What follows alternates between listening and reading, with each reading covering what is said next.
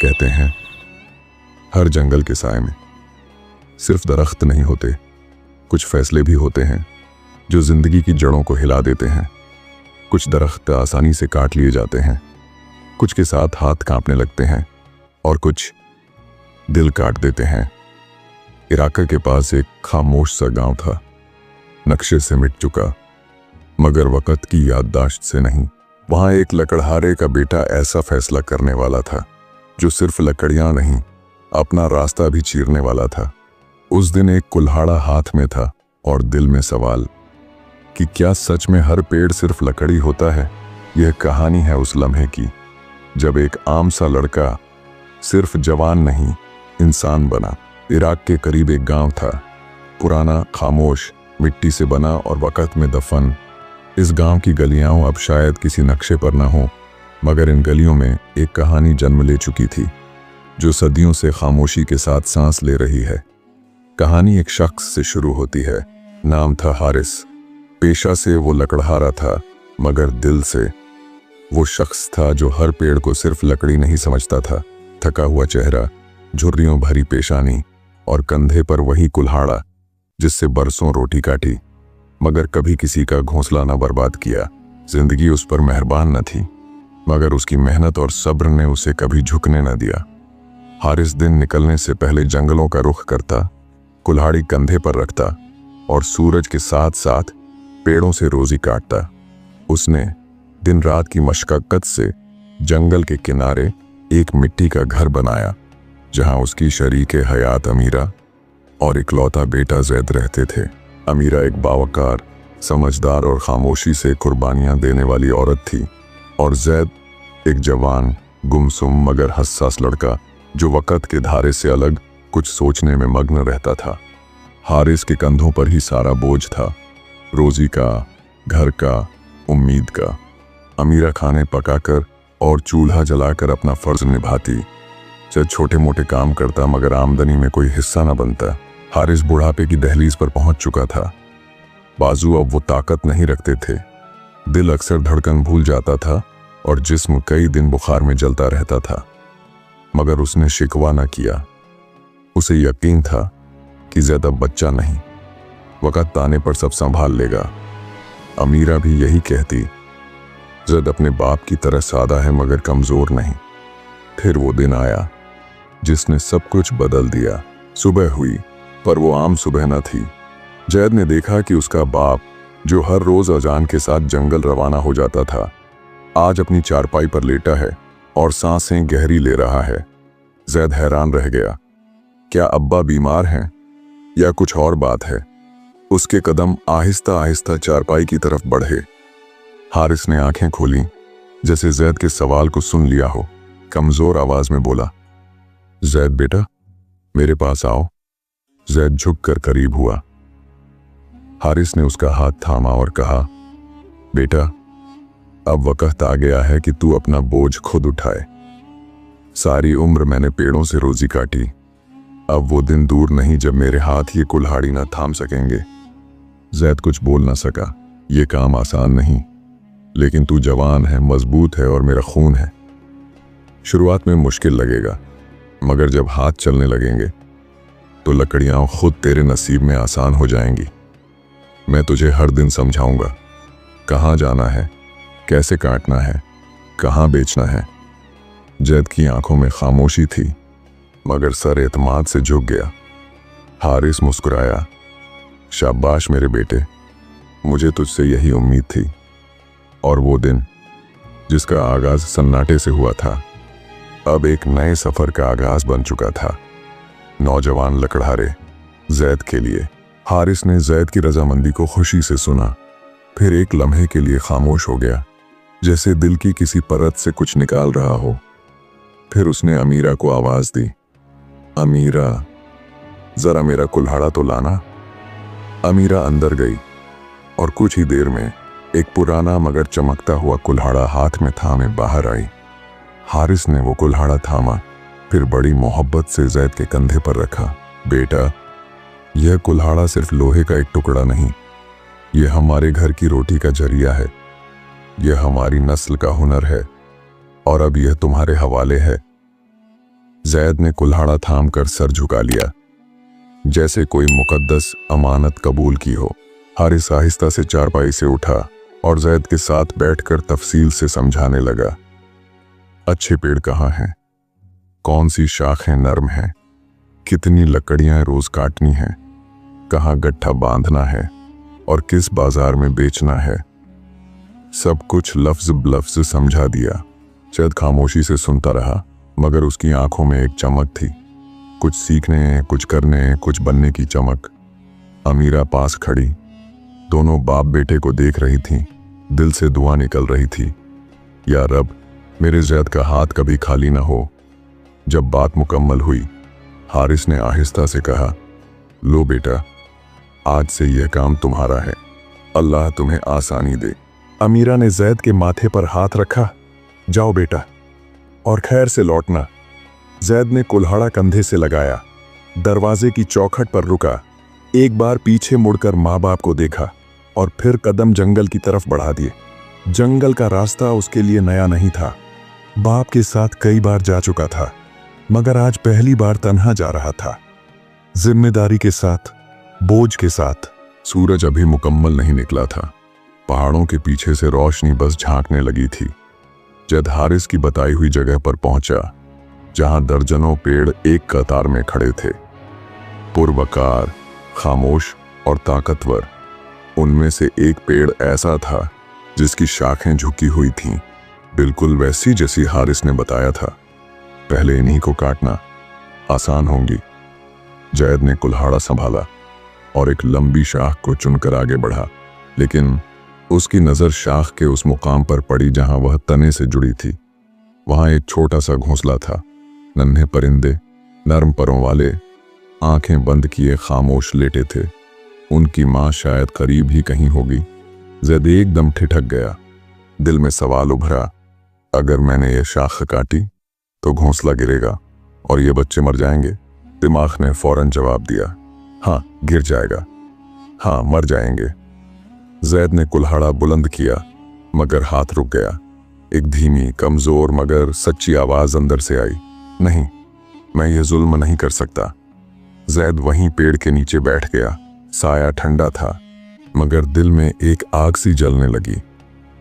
अब्बा का हुक्म मानूं तो वह खुश होंगे, लकड़ियां बेचूंगा तो पैसे आएंगे, मगर यह नन्हे परिंदे, इनकी मां, इनका दुख।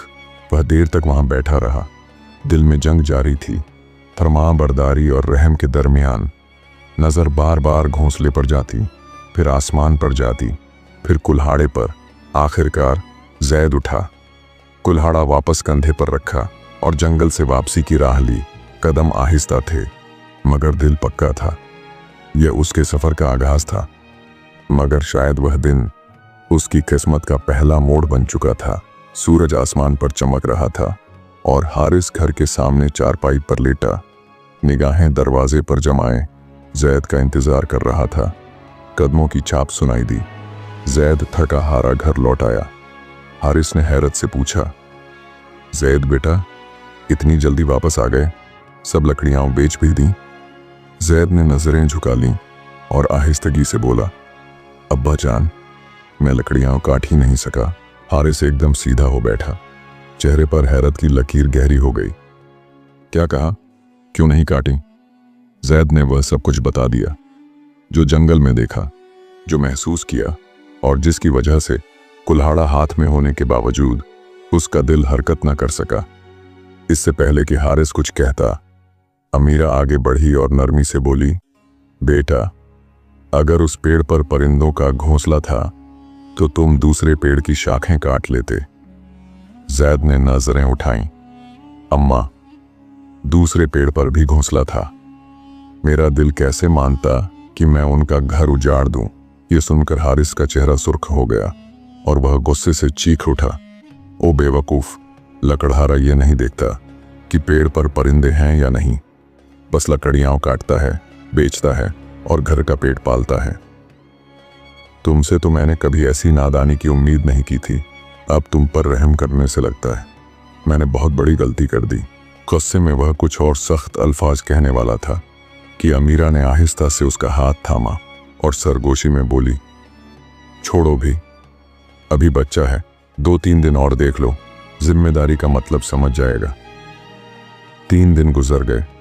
चौथे दिन हारिस ने जैद को बुलाया और सख्त लहजे में कहा, जैद, आज तुम एक और मुकाम पर जाओ, वहां बहुत मजबूत पेड़ हैं। और सुनो, इस बार कुल्हाड़ा चलाने से पहले ऊपर हरगिज मत देखना। जैद ने सर झुकाकर हामी भर ली। दिल में फैसला कर चुका था, अब की बार अब्बा को मायूस नहीं करूंगा। वह जंगल की तरफ रवाना हुआ, कुल्हाड़ा कंधे पर और दिल में अहद लिए।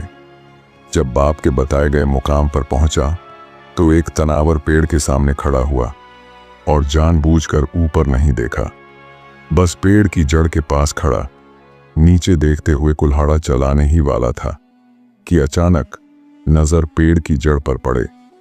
छोटे सब्ज जंगली फल पर गई, वही फल जिसे लोग जंगल से लाकर हंडिया में पकाते थे और अपने बच्चों को खिलाते थे। एक और सवाल दिल में उभरा, यह पेड़ अगर मैं काट दूंगा तो क्या यह फल जाया नहीं होंगे? क्या इन लोगों के साथ ज्यादती नहीं होगी जो पेट भरने को यही फल जमा करते हैं? जैद एक बार फिर कुल्हाड़ा रोके खड़ा रह गया, फिर आहिस्ता से बैठ गया और देर तक सोचता रहा। उस दिन वह शाम तक जंगल में रहा, कुल्हाड़ा चुप, दिल बेचैन और दिमाग सवालों के गिर्द चक्कर काटता रहा। जब आखिरकार वह घर लौटा तो हारिस दूर से उसे देखकर खुश हुआ। आहा, आज तो मेरा बेटा देर से आया है, यकीनन लकड़ियां बेचकर पैसे लाया होगा। जैद ने कदम आहिस्ता किए और बाप के सामने आ खड़ा हुआ। हारिस ने पूछा, हाँ जैद, कितने पैसे लाए हो? जैद ने नजरें नीची कर लीं। अब्बा जान, मैं कुछ भी नहीं लाया। हारिस का माथा बल खा गया। अब क्या हुआ, लकड़ियां क्यों नहीं काटी? जैद ने नरमी से जवाब दिया, अब्बा जान, उस पेड़ पर जंगली फल लगा हुआ था जिसे लोग पकाते हैं, मैं वह पेड़ कैसे काट देता? यह सुनते ही हारिस का पारा चढ़ गया। ओ नालायक, मैंने तुम्हें लकड़ियां काटने भेजा था, किसी फकीर की खैरात गिनने नहीं। लोग खाते हैं तो खाएं, तुम्हें क्या लेना देना? जैद खामोश खड़ा रहा, फिर आहिस्तगी से बोला, लेकिन अब्बा जान, वह लोग भी तो हमारी तरह इंसान हैं, उनकी भूख भी तो सच है। हारिस गुस्से से लर्ज उठा, अगर तूने अगली बार फिर ऐसी बेवकूफ़ी की तो मैं तुझे घर से निकाल दूंगा, समझा? अमीरा आगे बढ़ी और प्यार से हारिस को समझाने लगी, बस करो, मुझे यकीन है जैद सीधी राह पर चल रहा है। ये नरमी उसकी कमजोरी नहीं, यही उसका असल ज़र्फ है। हारिस ने मुंह फेर लिया, मगर दिल के अंदर कोई नरमी सी उतर गई थी जिसे वह अभी खुद भी समझ नहीं सका था। कुछ दिन और बीत गए। इस बार हारिस ने जैद को बुलाया और उसके चेहरे की तरफ देखे बगैर कहा, अब की बार मैंने पुराने दरख्तों का पता बताया है जो बरसों के बूढ़े हो चुके हैं। बस अब कोई बहाना मत बनाना, आज शाम को पैसे लेकर ही वापस आना। जैद ने खामोशी से सर हिलाया, कुल्हाड़ा उठाया और जंगल की राह ली। वह जब इन पुराने पेड़ों के करीब पहुंचा तो रुक गया। वह लंबे झुके हुए वक्त की गर्द में लिपटे खामोश मगर वकार वाले पेड़ थे। जहन में ख्याल आया, ये वह दरख्त हैं जिन्होंने बरसों तक मुसाफिरों को साया दिया, थके कदमों को राहत दी, बारिशों से बचाया, गर्मियों में ठंडक दी। इनकी शाखों को काटना जुल्म होगा, एहसान फरामोशी होगी। जैद खड़ा कुछ देर सोचता रहा, फिर कुल्हाड़ा कंधे से उतारा और वापसी की राह ले ली। रास्ते में एक नहर आई। पुल पर रुककर जैद ने एक आखिरी फैसला किया। कुल्हाड़ा हाथ में थामा, फिर आहिस्ता से नहर में फेंक दिया और बोला, अब न कुल्हाड़ा होगा न जुल्म का सबब बनूंगा। शहर की जानिब चलते हुए एक बाजार से गुजरा। कहीं पर कपड़े की दुकानें थीं, कहीं किताबें, कहीं खुशबुएं। जैद ने सोचा, यह अच्छा काम है, मैं भी एक दिन यहाँ ईमानदारी से रोजी कमा सकता हूँ। इसी सोच में वह शाम के करीब घर लौटा। हारिस दरवाजे पर खड़ा था। बेचैनी, उम्मीद और सख्ती तीनों एक साथ उसके चेहरे पर थीं। हाँ जैद, इस बार तो काम किया होगा, कितने पैसे लाए हो? जैद ने आहिस्तगी से कहा, अब्बा जान, पेड़ तो मैं फिर भी न काट सका।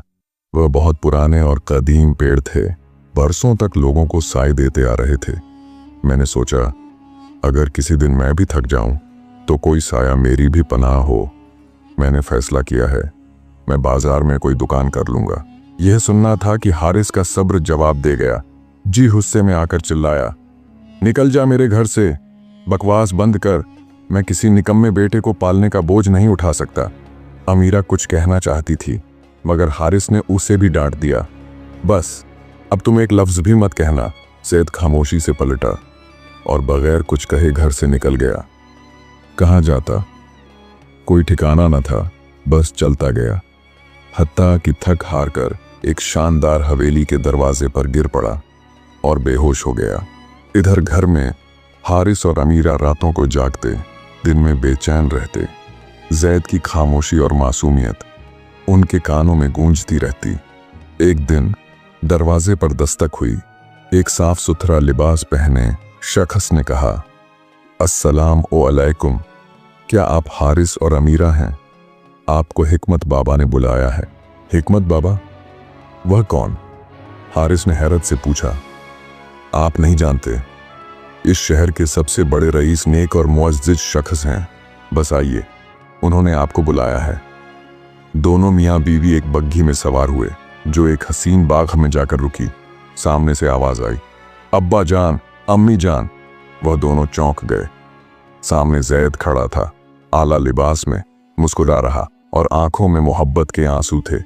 जैद, तुम यहाँ कैसे? जैद ने आगे बढ़कर अपने वालिदैन के हाथ चूमे और कहने लगा, जब आपने मुझे घर से निकाला तो मैं थका हारा एक हवेली के दरवाजे पर गिर पड़ा। वह हिकमत बाबा की हवेली थी। उन्होंने मेरी बातें सुनी और मुझे अपने तमाम बागात का मुंजिम आला बना लिया।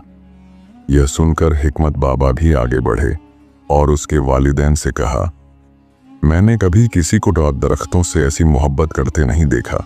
जैद को देखा तो लगा अगर पेड़ों को ज़बान मिलती तो वह भी शायद जैद का शुक्र अदा करते।